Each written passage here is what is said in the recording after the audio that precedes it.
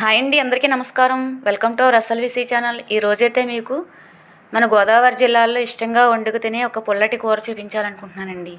విలేజెస్లో అయితే ఈ కర్రీ గురించి తెలియని వాళ్ళు ఎవరూ ఉండరండి. అంత ఇష్టంగా వండుకుంటారండి కర్రీ అయితే. గోంగూర పచ్చిరొయ్యలండి. చాలా ఈజీగా చేసుకోవచ్చు ఇంట్లో ఉన్న వాటితోటే. దీనికి కావాల్సిన పదార్థాలు తయారీ విధానం చూపించాలనుకుంటున్నానండి మీకు. రైస్లో అయితే చాలా బాగుంటుందండి ఈ కర్రీ. చూసారు కదండి, ముందుగా అయితే స్టవ్ వెలిగించుకుని కొద్దిగా నూనె వేసుకుని, ఇది వేడి నీటిలో మరిగే నీటిలో వేసిన రొయ్యలు అండి. అవి ఒక కప్పు రొయ్యలు తీసుకున్నాను నేను, చిన్న కప్పు.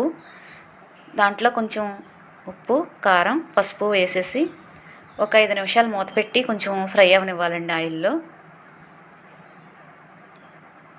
తర్వాత వచ్చేసి గోంగూర రెడీ చేసుకుందామండి. నేనైతే 2 కట్టలు తీసుకున్నానండి ఆ రొయ్యలకు సరిపడగా.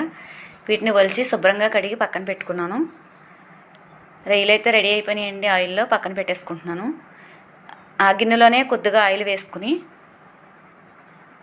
మనం ముందుగా కడిగి శుభ్రం చేసుకున్న గోంగూర తీసుకొచ్చి దీంట్లో వేసేసుకోవాలండి. నూనెలో కొద్దిసేపు మగ్గనివ్వాలి. దానికి సరిపడగా 5 పచ్చిమిర్చి చీల్చినవి, చిన్న సైజు ఉల్లిపాయ చీలికలు వేసుకున్నాను. నూనెలో కొంచెంసేపు మగ్గనిచ్చిన తర్వాత దీనికి కొంచెం సరిపడగా వాటర్ కూడా యాడ్ చేసుకుందాం. గోంగూర ఉడకాలి కదండి మరి. అడుగు పట్టకుండా ముందు ఒకసారి తిప్పుకొని కొద్దిగా వాటర్ యాడ్ చేసుకుందాం అండి. ఇప్పుడు 1 కప్పు వాటర్ సరిపోతుందండి, ఉడికిపోతుంది గోంగూర. దానికి సరిపడగా ఉప్పు, కారం, మళ్ళీ పసుపు కూడా వేసుకోవాలండి కొద్దిగా.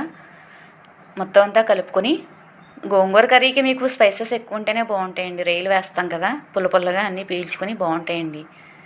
ముందుగా ఫ్రై చేసుకొని పెట్టుకున్న రొయ్యలు కూడా వేసేసుకొని మొత్తం అంతా కలుపుకున్న తర్వాత ఒక 20 మినిట్స్ వరకు సిమ్లో పెట్టి కుక్ చేసుకోవాలండి. అడుగు పట్టకుండా మధ్య మధ్యలో మనం చూసుకుంటూ ఉండాలి. ఒక 20 నిమిషాల వరకు కుక్ చేయాలండి. ఎందుకంటే ఆ పులుపు అంతా రొయ్యలకు పట్టేలాగా మొత్తం ఉడికించుకోవాలి.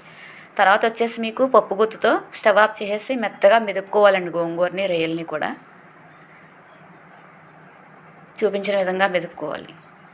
తర్వాత మీకు తాలింపు వేద్దామండి. దాంట్లోకి కొద్దిగా నూనె వేసుకొని కడాయి పెట్టుకొని దీంట్లో జీలకర్ర, ఆవాలు, మెంతులు, కరివేపాకు, వెల్లుల్లిపాయలు, ఎండుమిర్చి ఇవి వేసానండి నేనైతే కొద్దిగా అన్నీని. ఇవి బాగా ఫ్రై చేసుకుని, మెంతులు అయితే ఖచ్చితంగా వేయాలండి ఈ కర్రీలో. బాగా ఫ్రై అయిన తర్వాత ముందుగా ఉడికించి పెట్టుకున్న గోంగూర రొయ్యలను తీసుకొచ్చి దీంట్లో వేసి ఒకసారి కలుపుకొని స్టవ్ ఆఫ్ చేసుకోవాలండి. గోంగూర పచ్చిరొయ్యల కర్రీ అయితే చాలా బాగుంటుందండి. రెడీ అయిపోయింది.